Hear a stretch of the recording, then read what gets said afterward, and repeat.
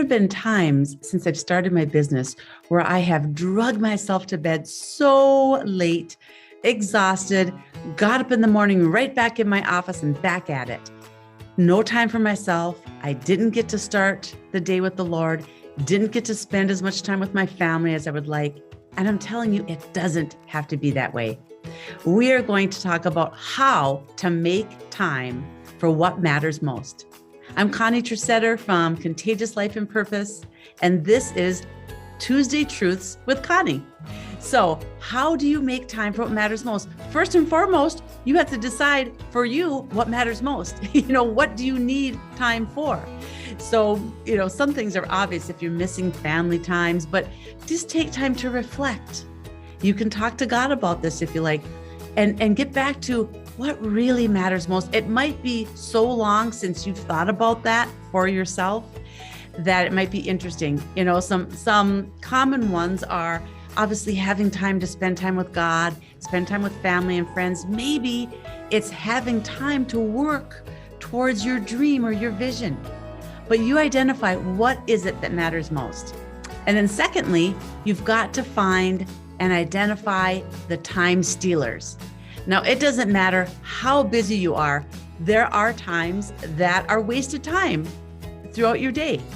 Now, every time that you do something that you might think of as a waste of time, it's not a waste of time. For instance, you might watch a TV show, but if it makes you laugh, that might be exactly what you needed at that time because you needed to lower your stress. So it's not that everything fun, everything that you might think is a waste of time shouldn't be in your schedule, but you want to really find the time stealers. Watching that show, having it make me laugh, having it relax me, having it lower my stress, that's one thing. But then getting sucked into hours and hours of Netflix or a show or something like that, that's another thing, right? What about your phone? For a lot of people, taking our phone and scrolling, that's what we do. And again, there's nothing terrible about that, but set a timer. Because you'd be so surprised how fast the time goes by. Set a timer, and also realize that a lot of times the time we spend scrolling, it might actually cause more stress. We may end up comparing. We may end up having this dissatisfied feeling after scrolling. So, when you check social media, for sure, set a timer. YouTube can be a waste of time or a time stealer. How about errands? You think you have, think of something you need and you run and get it. But then the next day you think of something else you need and you go to the exact same side of town. Whereas if you could have just wrote it down and waited, if you can bundle your errands and do them, all in the same area, it can save a lot of time. It can be really efficient. So little things like that, you decide for yourself. Sometimes it could actually be a person. But if it is, you might not be able to avoid that person, but you may have to limit how much time you spend with that person.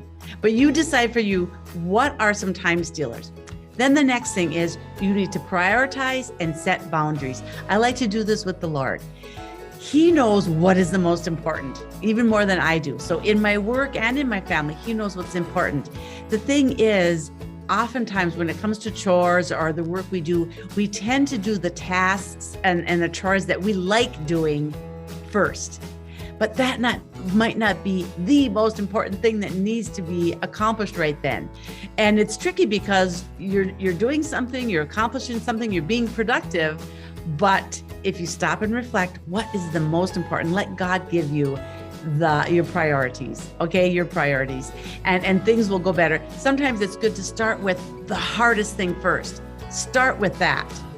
Get some thing accomplished where that's concerned. Next then is setting boundaries. And you may have to even set boundaries with yourself. You may have to put your phone in another room. You may have to, if you work at home or even at the office, there's times where you'll have to communicate clearly that I can't be interrupted for this space of time. You may have to, when it comes to family time or even working towards your vision or your dream, not check your emails. Now, for some of you, that's really obvious. And for others, not so much. In my line of work, people need help 24/7. But obviously, I can't be available to all people at all times. So I let the Holy Spirit, I just say, Lord, you let me know. I'm trying to set a boundary here, not going to be checking my emails. And you let me know if there is someone that absolutely needs my help. And he can nudge me if I need to look at something, if I need to open something. Now, if you've gotten into the habit of making yourself available, it might be hard to backtrack where that's concerned. Other people, you can just start doing that. And people, if they don't get a reply, they'll realize, oh, they'll reply to me tomorrow. It's after hours. But if you've made yourself available, you might have to set in place something like an auto reply where at a certain time of the night, I put this in place and anyone that emails me would get this automatic reply. Hi, thanks for reaching out. Connie is not in the office right now, but she will reply to you tomorrow. You can have yours say whatever it needs to, but that might be something that can help you start getting into this habit. Then lastly, you just start putting this into action. Just start doing it, okay? And, for instance, your health is important. So are you doing things that are good for your health? If not, those need to be incorporated. What about the things that I said at the beginning to identify what matters most? Once you figure that out, what really matters most to you right now in this season of your life, then make time for those things. And what I want you to do is bring into remembrance. Throughout your life, you've had times where you've had to get something done. Something had to be accomplished. And guess what? You got it done, didn't you? It got done if it had to get done. Now, maybe you had to let something else slide. Maybe your laundry piled up for a few days. Maybe you couldn't do this or do that because you had to focus on this. Well, we're going to shift our priorities, and we're definitely going to have to do a mindset shift. And what I want you to do is think about those things that matter most. You're going to think about those like you did in the past, those projects, those things that had to get done. You're going to think about the things that matter most like that. So if I'm determined that I am going to spend time with my family uninterrupted for a whole weekend, then that's what I'm going to make sure gets done. Just like if it was a project, I would let other things go to get this done. I'm going to shift my mindset and do this where this is concerned. No, it's going to take some practice. It's going to be a process. It probably won't happen overnight. But by practicing this, you will get better and better at it. Give yourself grace. Have this be just an ongoing dialogue with the Lord.